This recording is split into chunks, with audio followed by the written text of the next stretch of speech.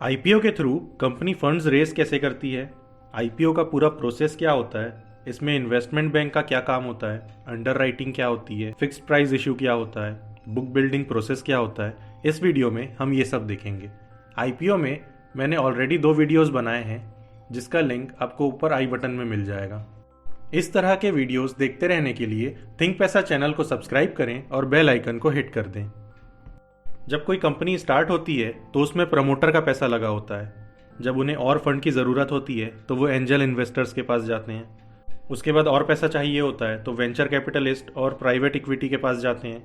इसके बाद जब कंपनी को बहुत बड़ा अमाउंट चाहिए होता है तो वो जनरल पब्लिक के पास जाती है और ये आईपीओ के थ्रू जाती है। आईपीओ नॉर्मली कंपनी तब लाती है जब उन्हें बहुत बड़ा फंड चाहिए होता है, या तो एक्सपेंशन करना होता है, या पुराने उधारी चुकानी होती है, या फिर कोई एग्जिस्टिंग इन्वेस्टर को जब एग्जिट लेना होता है। तो आईपीओ के प्रोसेस में सबसे पहला पॉइंट है कि वो एक इन्वेस्टमेंट बैंक को हायर करते हैं और आईपीओ लाने का पूरा प्रोसेस इन्वेस्टमेंट बैंक देखता है। फिर इन्वेस्टमेंट बैंक एक फाइनेंशियल इंस्टीट्यूशन होता है जो गवर्नमेंट, कॉरपोरेशन और इंस्टीट्यूशन को फाइनेंशियल सर्विसेज प्रोवाइड करता है, जैसे कि mergers and acquisitions, IPO, capital raising etcetera. तो जिस भी कंपनी को आईपीओ लाना होता है वो सबसे पहले एक इन्वेस्टमेंट बैंक को हायर करती है। उसकी रेप्यूटेशन, क्वालिटी, पुराना ट्रैक, डिस्ट्रीब्यूशन नेटवर्क और प्रायर रिलेशनशिप के हिसाब से आई बैंक फिर कंपनी के पूरी अच्छे तरह से रिसर्च करती है, उसकी एक रिपोर्ट बनाती है और अंडर राइटिंग प्रोवाइड करती है।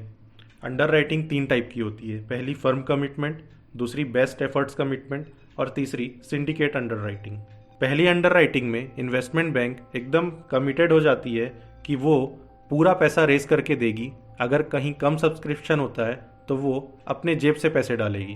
दूसरा तरीका होता है बेस्ट एफर्ट्स कमिटमेंट, जहां इन्वेस्टमेंट बैंक ट्राई करती है कि जितना कैपिटल चाहिए वो पूरा रेस करके दे दे कंपनी को, लेकिन इसमें उसका 100% कमिटमेंट नहीं रहता है। और तीसरा टाइप होता है सिंडिकेट अंडर राइटिंग। जब इशू साइज बहुत ज़्यादा बड़ा हो जाता है तो एक इन्वेस्टमेंट बैंक उसे अकेले हैंडल नहीं कर पाता, तो वो खुद लीड मैनेजर बन जाता है और बाकी और भी मल्टीपल इन्वेस्टमेंट बैंक्स को लेके आता है और सबको अलग अलग काम बांट देते हैं। कुछ फंड्स की रेजिंग इन्वेस्टमेंट बैंक 1 करेगा, कुछ फंड्स की रेजिंग इन्वेस्टमेंट बैंक 2 करेगा, फिर 3 करेगा, 4 करेगा, और कुछ हिस्सा वो अपने पास रखते हैं as a lead manager. Underwriting के बाद वो रेड हेरिंग प्रोस्पेक्टस तैयार करते हैं।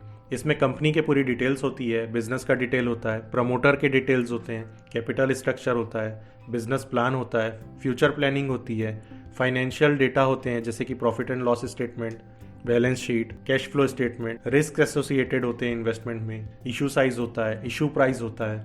ये सब का एक प्रोस्पेक्टस बनता है और ये सेबी को सबमिट होता है।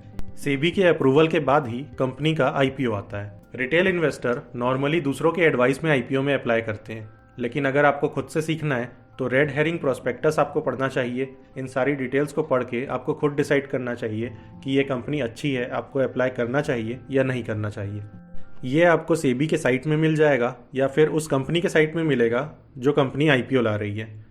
इसके बाद आई बैंक बाकी सारे कंप्लायंसेस और फाइलिंग्स करती है सेबी में, एनएसई में, बीएसई में, एज पर कंपनीज एक्ट और सिक्योरिटी कॉन्ट्रैक्ट एक्ट। इसके बाद थर्ड स्टेप होता है वैल्यूएशन। जो आईपीओ आ रहा है उसका इशू साइज और प्राइस बैंड डिसाइड करती है आई बैंक। तो इसमें 2 टाइप के इशूज होते हैं, एक फिक्स प्राइस इशू और एक bid issue. Fix price issue में एक फिक्स्ड प्राइस रहती है, फॉर एग्जांपल 1000 रुपीज़ पर शेयर। तो जिस इन्वेस्टर को उतने अमाउंट में इन्वेस्ट करना है वो करे और जिसको नहीं करना है वो ना करे। और दूसरा इशू होता है बुक बिल्डिंग इशू। इसमें एक प्राइस बैंड रहता है जिसमें मैक्सिमम 20% तक अलाउ है। इसका लोअर प्राइस होता है फ्लोर प्राइस और मैक्सिमम प्राइस होता है कैप प्राइस। फॉर एग्जाम्पल अभी जो एसबीआई का आईपीओ आया था उसमें फ्लोर प्राइस थी 750 और कैप प्राइस थी 755 रुपीज़। इसके बाद आई बैंक कंपनी की वैल्यूएशन निकालती है। फॉर एग्जाम्पल वैल्यूएशन आता है 1000 करोड़। अब कंपनी डिसाइड करती है कि उसे कितने % शेयर्स बेच के फंड्स रेज करना है। तो मान लीजिए 20% शेयर्स बेचने हैं तो 200 करोड़ का फंड्स रेज होगा। इशू साइज हो गया 200 करोड़। अब एक इशू प्राइस डिसाइड होता है। फॉर एग्जाम्पल 200 रुपीज़ से 205 रुपीज़ पर शेयर अगर रखेंगे तो ये बुक बिल्डिंग प्राइस हो जाएगा, और यहाँ पे फ्लोर प्राइस हो जाएगा 200 रुपीज़ और कैप प्राइस हो जाएगा 205 रुपीज़। बुक बिल्डिंग इशू ज़्यादा पॉपुलर है क्योंकि इससे डिमांड का पता चल जाता है और कट ऑफ प्राइस इजीली निकल आता है। 2019 में जितने भी आईपीओ हुए वो सभी बुक बिल्डिंग इशू के थ्रू हुए। ये सब हो जाने के बाद मार्केटिंग पे ध्यान दिया जाता है। QIB, NII और रिटेल कैटेगरी में अलग अलग मार्केटिंग टेक्निक्स यूज किए जाते हैं ताकि पूरे फंड इजीली रेज हो जाएं। और लास्ट होता है फिर सब्सक्रिप्शन। बिड्स ओपन होते हैं 3 से 5 दिन के लिए, सब्सक्रिप्शन होता है और उसके बाद अलॉटमेंट होती है, फिर लिस्टिंग होता है। और यही है कंप्लीट IPO का प्रोसेस। तो आई होप कि आपको IPO का पूरा प्रोसेस समझ में आ गया होगा और नेक्स्ट टाइम इन्वेस्ट करने से पहले आप रेड हेरिंग प्रोस्पेक्टस जरूर पढ़ेंगे। अगर आपको वीडियो अच्छा लगा तो लाइक और शेयर जरूर करें और चैनल को सब्सक्राइब करके बेल आइकन को हिट कर दें। Thank you.